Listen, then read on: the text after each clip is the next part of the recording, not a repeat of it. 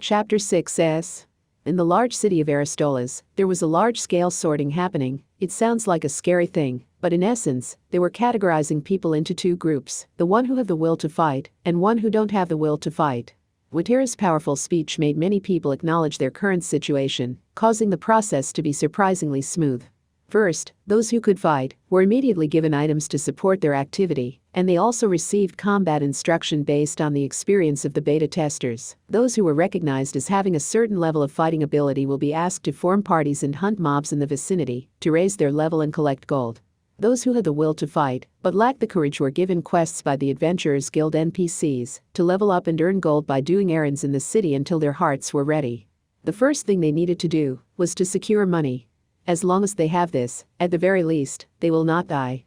Watera's group sent them an email containing the information I could get from a man named Yuritsura, who was known as the owner of the guide website from the time they were beta testers. Hopefully, everyone now has a better understanding of how to become self-reliant. There are too many refugees, after all. The first thing they need is the strength and wisdom to be self-reliant. As for the remaining non-combatants, Watero and members of the Manchu Guild will go to the shelters and directly tell them how to live. It is hoped that in this way, non-combatants will feel secure in the sincerity of a reassuring presence, and that they will remember the faces of Manchu Guild members. In this way, relations with non-combatants will not be severed. After all, face-to-face communication is the most powerful mode of communication in any era. At the north gate of Aristolas, several players were quarreling. Two people in armor were trying to persuade the three people standing outside the gate. Well then, give my regards to Wateru. Hey, this is no time for competition. We have to work together, or we won't survive. Hey, come back here. The three men leave the scene at a snail's pace, ignoring the plea of the armored player's attempts to call them back. How many these make? Considering the possibility that many of them going through all the gates, we should missing quite a few. Those who left were the uncooperative beta testers and other players who were confident that they could manage on their own. Including those who flee in the initial confusion, the number should already be over 5,000. There are benefits to leave the safety wall of Aristolas. First is freedom from babysitting the dead weights, and comfortable life in a town with low player density, faster self-strengthening, monopoly of resources, monopoly of markets, low competition for guild requests. The list goes on and on. There are indeed many.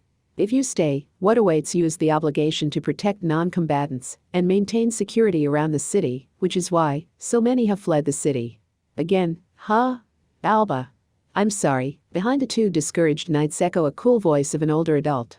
This man with gray hair and a 190-centimeter height is called Alba, and he is one of the top 3 in the Manchu Guild. As a side note, in Eternity, the user's appearance is reflected on their avatar, and this was one point of dissatisfaction since the launch of the game. Without exception, your avatar will reflect your appearance in the real world. There were numerous complaints from those who were hampered by their appearance, but for better or worse, management did not listen to them until the very end. At this point, a sharp observer might have guessed that this strange behavior was preparation for the death game. Alba was a reliable figure in Manchu, with the body of a well-trained rugby player. His confidence, his popularity, and his conversational skills, it had led him to become the general manager of a large food factory. It would be more difficult to keep everyone in the first city. Besides, in the future, we will need to secure routes to the towns of Emro and Kaloa to disperse the overflowing population. Seriously? Emro, I could understand, but Kaloa is. The two knights looked at each other, confused by Alba's words. The town of Emro is located very close to the Aristolas, and the mobs in the vicinity are at most ranged from LV8 to 12.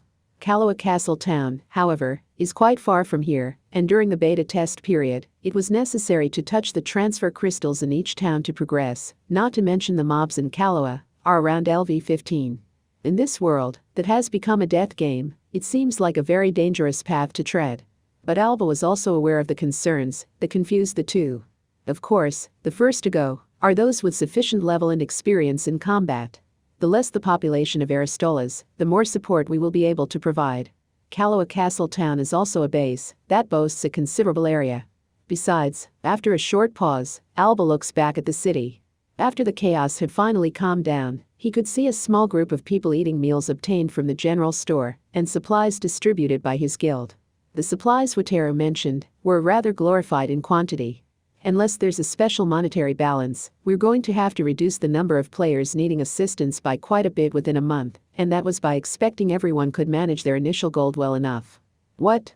In order to calm down the chaos, Wataru made a gamble, but in truth, there were only 14 of the Manchus since the beta period, and if they were told to be honest, they had never been seriously gathering supplies at that time.